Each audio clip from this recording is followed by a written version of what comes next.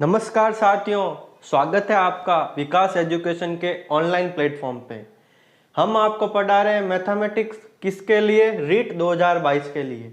ठीक है मित्रों, हमने रीट सिलेबस के अकॉर्डिंग दो जो टॉपिक है वो कंप्लीट कर लिए हैं। पहला टॉपिक कंप्लीट किया है घातांक का, दूसरा टॉपिक कंप्लीट किया है बीजीय व्यंजकों का। ठीक है मित्रों, अब अपन तीसरी हेडिंग पर आए हैं जिसका नाम है गुणनखंड। अब इसकी चर्चा कर रहे हैं अपन कि गुणनखंड क्या होता है। Factors of simple algebraic expression. आपके सिलेबस में क्या मेंशन है कि सरल बीजीय व्यंजकों के गुणनखंड, ये हेडिंग दे रखी है, 3rd नंबर पे दे रखी है। ठीक है साथियों, तो जुड़े रहिए मेरे साथ और कीजिए रीट को क्रैक। अपन शुरुआत कर रहे हैं गुणनखंड की। देखिए, गुणनखंड की परिभाषा क्या होती है। क्या है गुणनखंड? किसी व्यंजक को दो या अधिक व्यंजकों के गुणनफल के रूप में निरूपित करने को गुणनखंड कहते हैं। क्या इसकी परिभाषा का क्या मतलब है? देखो, मान लो ये कोई व्यंजक दे रखा है, इसको दो या अधिक व्यंजकों के गुणनफल के रूप में अपन लिख रहे हैं, तो इसे क्या कहेंगे? ये क्या है? ये दोनों क्या है? इसके गुणनखंड है। ठीक है, गुणनखंड मतलब गुणे के रूप में लिखना, ये गुणनखंड हो गए। वेरी सिंपल है। अब देखो, एक गुणनखंड जो सभी पदों में उपस्थित हो वो क्या कहलाता है? एक सार्व या एक उभयनिष्ठ गुणनखंड कहलाता है। ठीक है, बात समझ में आ गई? देखिए,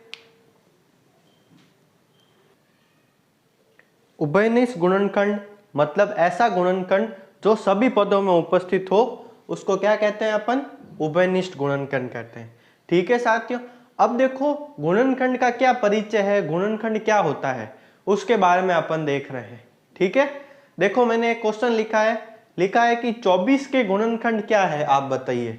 तो सिंपल अपन क्या करते हैं, 24 के गुणनखंड में दो टर्म आती है, एक तो होता है गुणनखंड, एक होता है अभाज्य गुणनखंड, फैक्टर एंड प्राइम फैक्टराइजेशन। ठीक है, गुणनखंड का मतलब क्या होता है कि यह 24 जो है वो कौन कौन से नंबर के टेबल में आता हो। जैसे देखो, 1 के पार्ट ए में 24 आता है, 2 के पार्ट ए में 24 आता है, 3 के पार्ट ए में 4, 6, 8 और 12 और 24 खुद। इन सब के पार्ट ए में 1, 2, 3, 4, 5, 6, 7 एंड 8, इन सब के पार्ट ए में 24 आता है, तो ये इसके सारे क्या है? गुणनखंड कहलाते हैं। अब बात करते हैं अभाज्य गुणनखंड की। अभाज्य गुणनखंड मतलब अभाज्य संख्याओं का गुणनफल हो तो अभाज्य गुणनखंड कहलाता है। अभाज्य संख्याएं कौन सी है? ऐसी संख्या है जिसका खुद में ही भाग जाए। और देखो मैं बताता हूं आपको, प्राइम नंबर क्या होता है? जैसे मैंने लिखा 2, 3, 5 ऐसे लिखा, तो 2 क्या है? ऐसी संख्या है जिसका खुद में ही भाग जाता हो, किसी अन्य संख्या में नहीं जाता हो। कैसे? मान लो मैंने अगर 4 लिख दिया, तो 4 तो 2 के पार्ट में आता है, तो ये क्या है? एक अभाज्य संख्या नहीं है। 2 खुद के टेबल में ही जाता है, 3 खुद की टेबल में ही जाता है, 5 खुद की टेबल में ही आता है, तो इन सबको क्या कहेंगे? अभाज्य संख्या कहेंगे। और जब इन संख्याओं का गुणनफल आएगा तो उसे क्या कह देंगे? अभाज्य गुणनखंड कह देंगे। ठीक है साथियों, गुणनखंड का मतलब और अभाज्य गुणनखंड का मतलब आप समझ गए होंगे। मान लो मैंने एक चीज लिखी है, 72 नंबर लिखा है, 72 का आप बताइए गुणनखंड क्या होगा और अभाज्य गुणनखंड क्या होगा।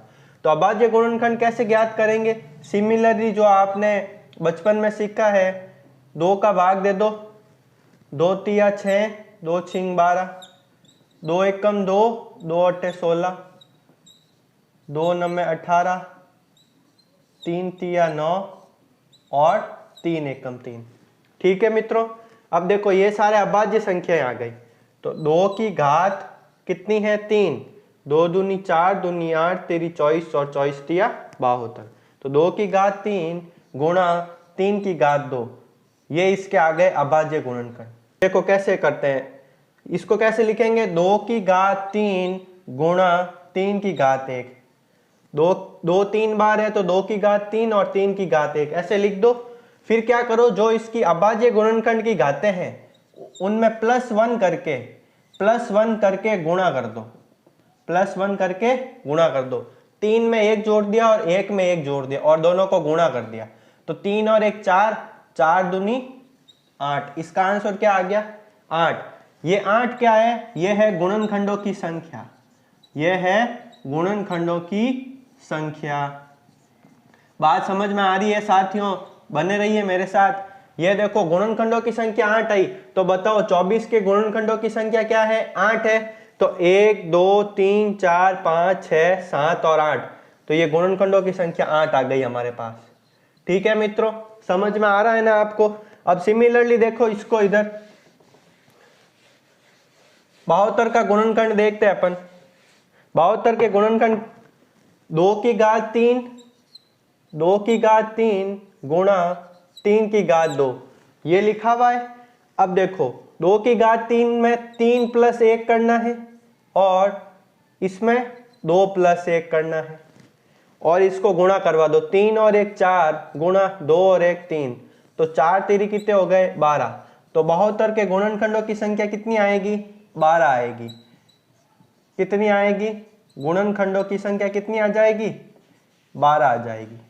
साथियों समझ में आ रहा है आपको? अगर समझ में आ रहा है तो प्लीज वीडियो को लाइक जरूर कर दीजिए। अब देखो अपन आगे देखते हैं। गुणनखंड क्या होता है, इसका इंट्रोडक्शन पार्ट अपन ने देख लिया है मित्रों। ठीक है, एक होता है गुणनखंड, एक होता है अभाज्य गुणनखंड। गुणनखंड वो होता है जो उसकी टेबल में आता हो, जैसे 72 है वो किस किस की टेबल में आ रहा है, तो वो हो गए, वो सारे जो होंगे वो उसके गुणनखंड कहलाएंगे। और अभाज्य गुणनखंड क्या होगा? अभाज्य संख्याओं का अगर अपन गुणा में लिख देते हैं तो उसे क्या कहते हैं? अभाज्य गुणनखंड कहते हैं। अब अगली कड़ी में देखते हैं अपन गुणनखंड के क्वेश्चन के आपके सिलेबस में है सरल बीजीय व्यंजकों का गुणनखंड। तो अब देखो बीजीय व्यंजकों का गुणनखंड कैसे करते हैं, बहुत ही आसान चैप्टर है साथियों। देखो 6x और 15 है, इसका मेरे को क्या करना है? गुणनखंड करना है। तो वेरी सिंपल है। 6x को क्या लिख सकते हैं? 2 × 3, 6 को लिख दिया और ये x कर दिया, तो ये क्या हो गया? 6x का गुणनखंड हो गया। अब 15 को क्या लिख सकते हैं अपन? 15 को लिख सकते हैं 3 × 5, मतलब खंडों के रूप में तोड़ना, वो क्या है? गुणनखंड है, और बीच में गुणा का साइन आ जाता है। तो ये सिंपल सा तरीका है, ऐसे गुणनखंड करते हैं। जैसे मान लो 3x लिखा हुआ है तो इसको 3 × x, ये हो गया इसका गुणनखंड। 6x² है तो 2 × 3, ये तो हो गया 6 का, और x² है तो x × x लिख देंगे। ठीक है साथियों, अब देखो 9 है तो 3 × 3 और x को 3 बार लिख दो, x × x।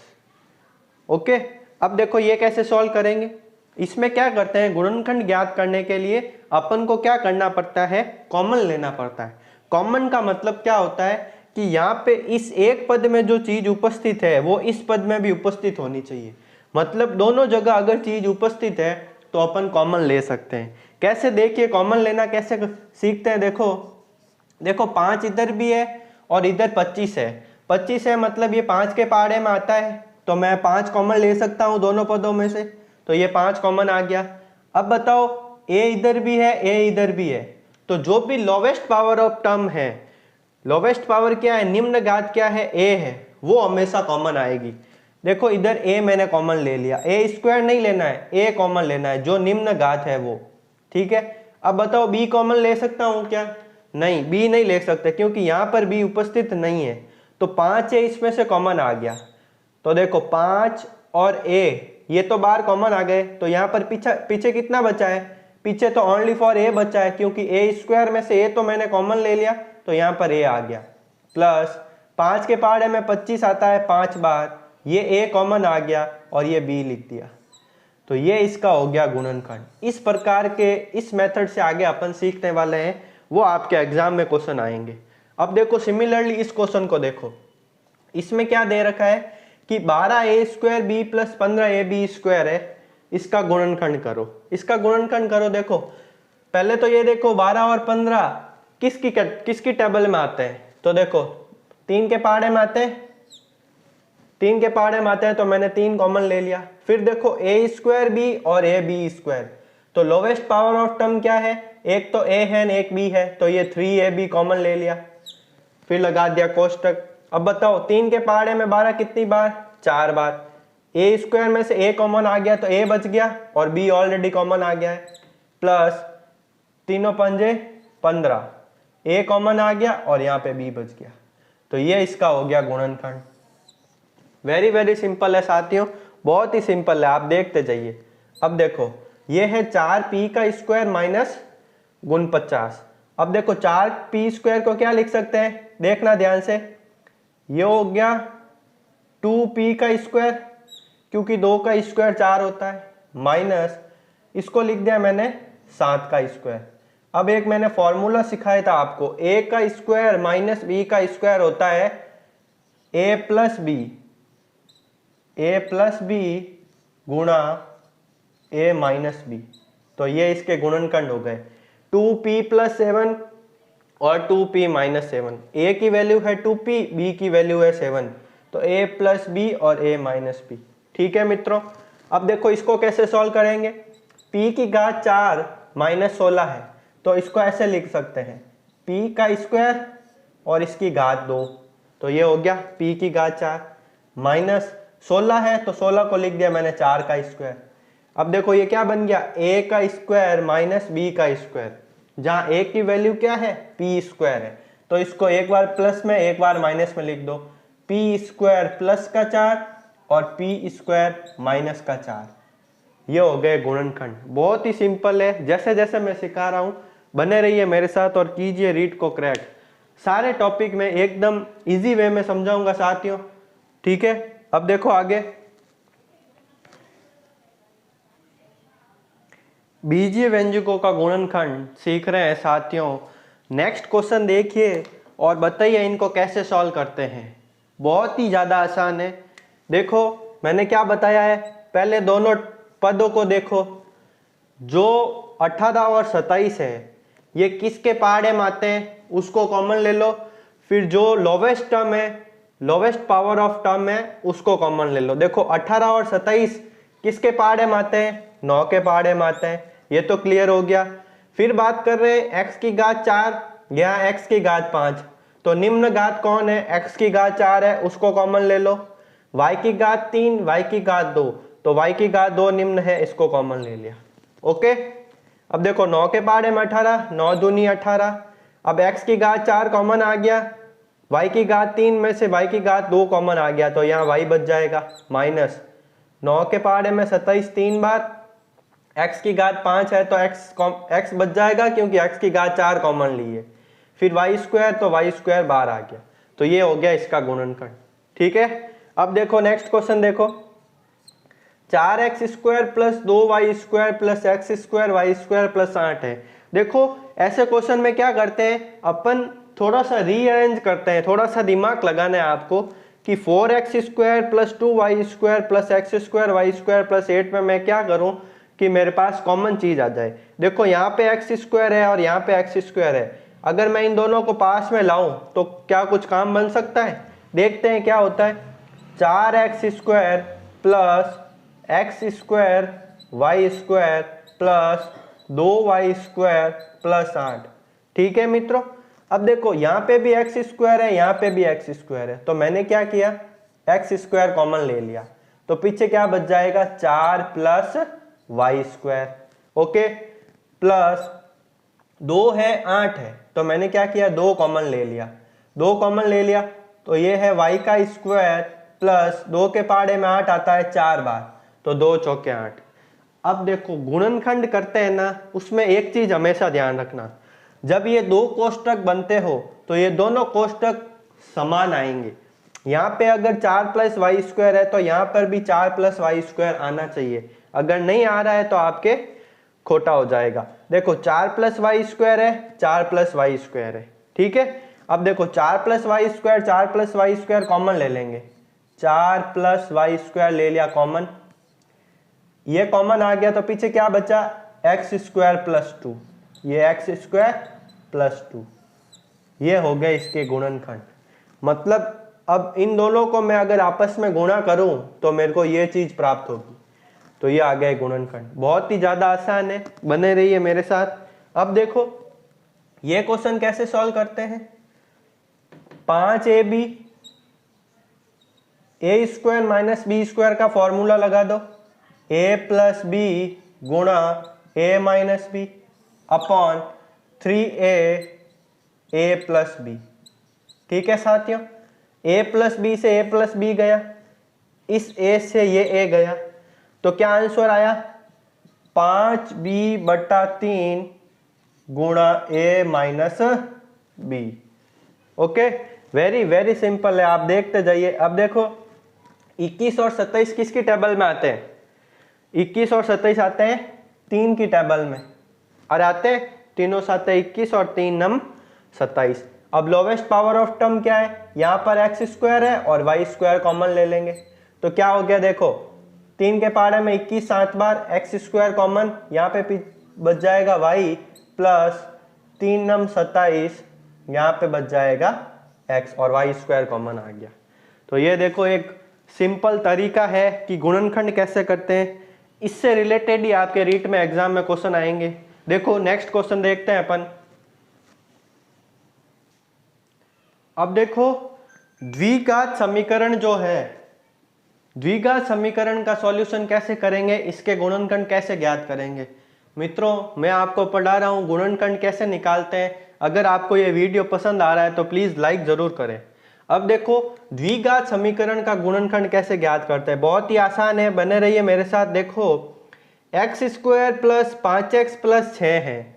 अब इसका क्या करना है? गुणनखंड करना है। तो बचपन में सीखा था क्लास 8वीं में कि इन दोनों टर्म का गुणा करो। ठीक है, x का जो गुणांक है क्या है?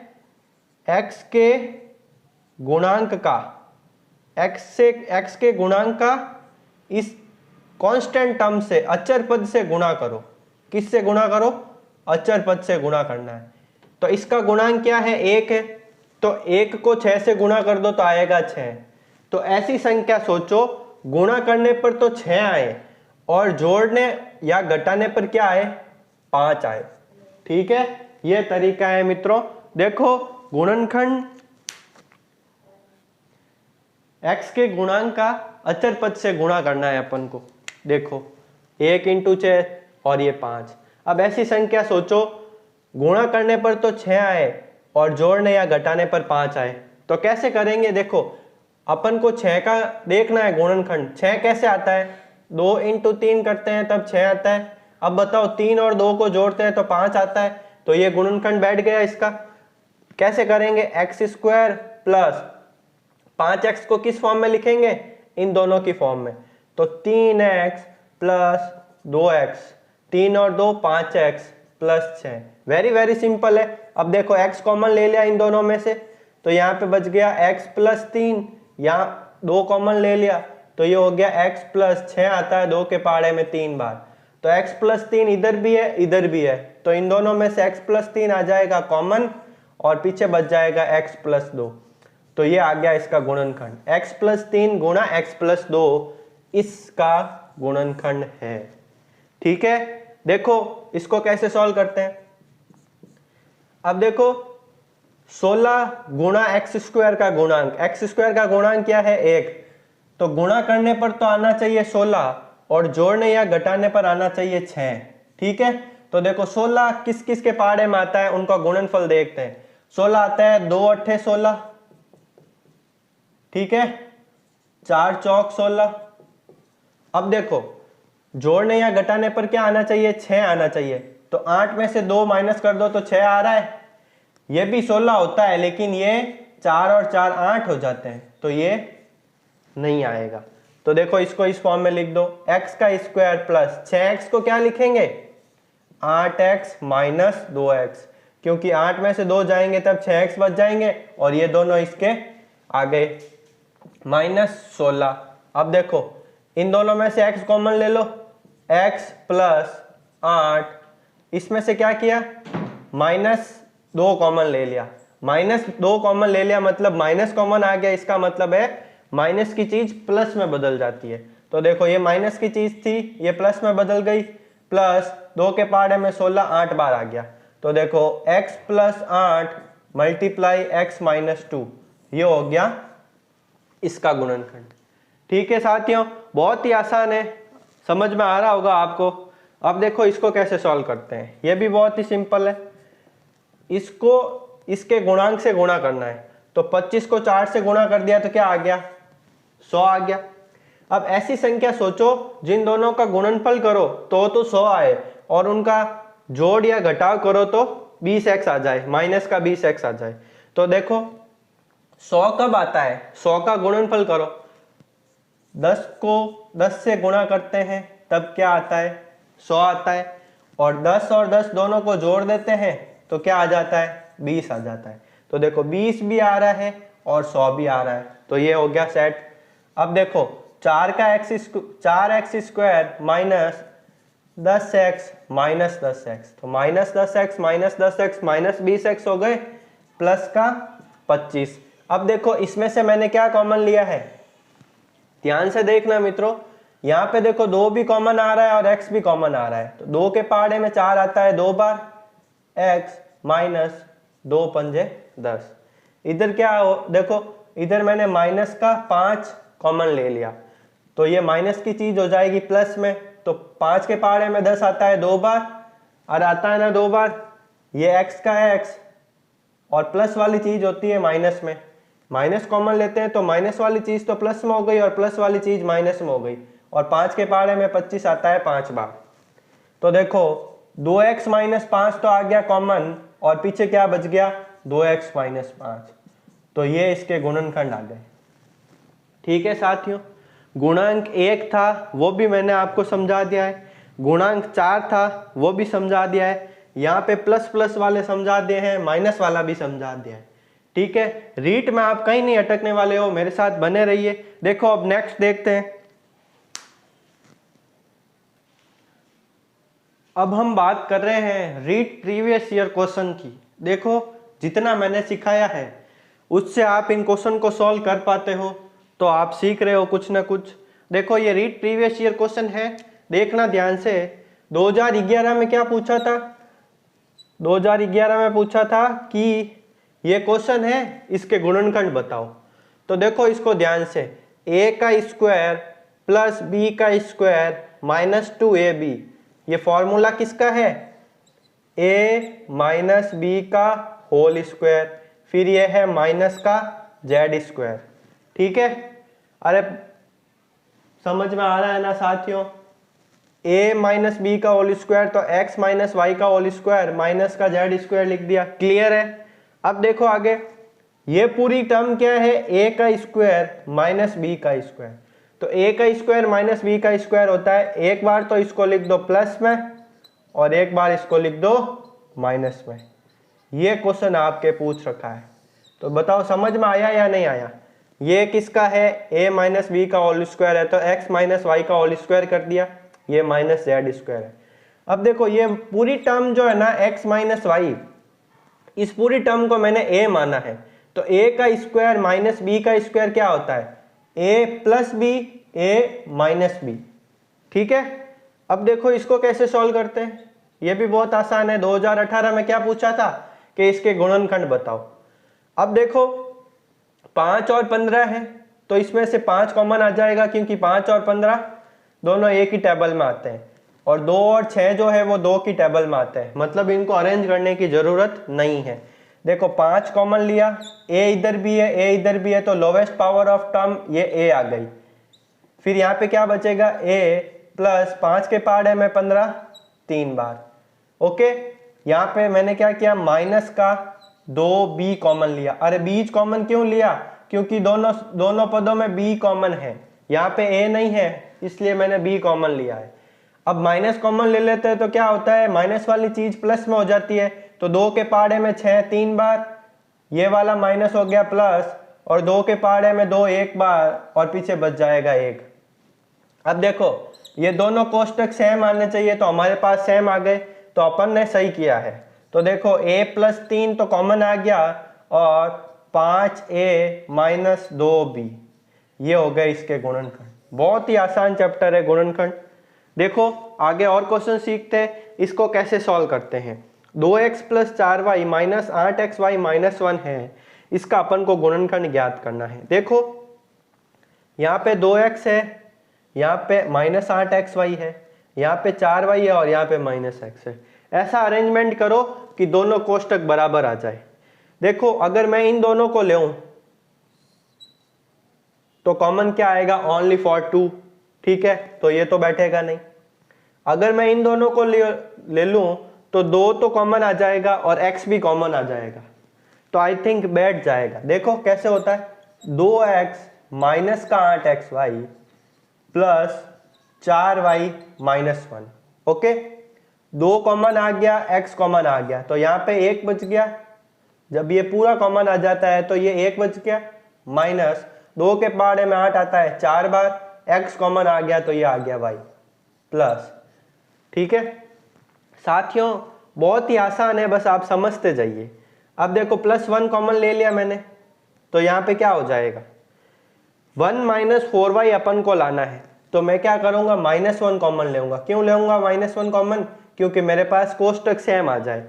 तो माइनस 1 कॉमन लिया तो प्लस वाली चीज तो हो जाएगी माइनस में और माइनस वाली चीज हो जाएगी प्लस में, तो ये माइनस वाली चीज हो गई प्लस में, तो 1 आ गया प्लस का और ये हो गया माइनस का 4y। तो आंसर क्या आया, 1 माइनस 4y आ गया कॉमन और 2x माइनस 1, ये आ गया इसके गुणनखंड। ये आपके पूछ रखा है रीट 2016 में। तो बताओ आप क्वेश्चन कर पा रहे हो क्या, 1 माइनस 4y और 2x माइनस 1 इसका आंसर आ रहा है। तो प्रीवियस ईयर क्वेश्चन इस प्रकार से आए हुए हैं, तो आपके इसके रिलेटेड ही क्वेश्चन आने वाले हैं। 1-2 क्वेश्चन और देखते हैं अपन, फिर इसको चैप्टर को एंड करते हैं। देखिए अब क्वेश्चन आगे, इनको कैसे सॉल्व करते हैं। जितने बड़े क्वेश्चन है उतने आसान क्वेश्चन है, ठीक है साथियों। देखो बहुत ही आसान है, 2ax square plus 2ay square है और 4axy है तो 6bxy है, 3bx स्क्वायर और 3by स्क्वायर है। अपन को ऐसे अरेंज करना है कि कॉमन भी आ जाए और गुणनखंड निकल जाए। तो देखो मैं क्या करूंगा, यहाँ पर x स्क्वायर है और यहाँ पर x स्क्वायर है, तो x स्क्वायर को x स्क्वायर के साथ लेके आ जाऊंगा, 2ax square plus 3bx square, okay. y square को y स्क्वायर के साथ लेके आ जाओ, 2ay square plus 3by square plus ये है 4axy प्लस ये है 6bxy, ओके। इतना समझ में आ गया। अब तो आप खुद ही कर लो। देखो इसमें क्या क्या कॉमन आ रहा है, x स्क्वायर कॉमन आ रहा है और क्या कॉमन आ रहा है, और कुछ भी नहीं है, तो पीछे क्या बच गया, 2a प्लस 3b। सिमिलरली यहाँ देखो y स्क्वायर कॉमन आ रहा है तो क्या बच गया, 2a प्लस 3b। इधर देखो 4 और 6 है, मतलब 2 के पहाड़े में आते हैं, axy bxy, तो xy कॉमन आ जाएगा। 2 के पहाड़े में 4 2 बार, xy तो कॉमन आ गया तो a बच गया, प्लस 6 आएगा 3 बार 2 के पहाड़े में, xy कॉमन आ गया तो यहाँ आ गया b। तो देखो 2a plus 3b, 2a plus 3b, 2a plus 3b तीनों जगह है, तो मैंने क्या किया, 2a प्लस 3b को तीनों में से कॉमन ले लिया, ये आ गया कॉमन। तो पीछे क्या बचा, x का स्क्वायर प्लस y का स्क्वायर प्लस 2xy, ठीक है। वेरी वेरी सिंपल है। देखो ये इसके गुणनखंड आ गए, बस कुछ भी नहीं है, बस अरेंज करो और कॉमन ले लो, इतना सा काम है, 2 स्टेप है बस। अब इसमें कैसे सॉल्व करेंगे, जितना बड़ा है उतना आसान है। देखो a square B A square C, तो ए स्क्वायर ऑलरेडी पास है, यहाँ पे ए बी ए सी तो ए कॉमन आ जाएगा, यहाँ पे बी सी कॉमन आ जाएगा। देखो a का स्क्वायर कॉमन ले लिया, b प्लस सी बच गया, अरे बच गया ना, ए स्क्वायर कॉमन b प्लस सी, प्लस यहाँ पे a कॉमन ले लिया तो b प्लस सी बच गया, प्लस बी सी कॉमन आ गया, तो यहाँ पे b स्क्वायर था, b कॉमन लिया तो b बच जाएगा, और यहाँ पे c स्क्वायर है तो c बच जाएगा। b plus C B plus C B plus C, तो b प्लस सी को ले लेंगे कॉमन, पीछे क्या है, ए का स्क्वायर प्लस ए प्लस बी सी, ए का स्क्वायर प्लस ए प्लस बी सी, ये आ गया इसके गुणनखंड। साथियों गुणनखंड चैप्टर में मैंने छोटे से लेकर बड़े तक क्वेश्चन सारे कंप्लीट करवा दिए हैं।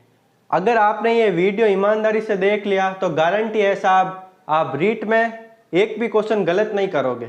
ठीक है, तो ये गुणनखंड से रिलेटेड अपना चैप्टर कंप्लीट हो गया है। अपन नेक्स्ट बात करेंगे अगले वीडियो में। ठीक है, थैंक यू।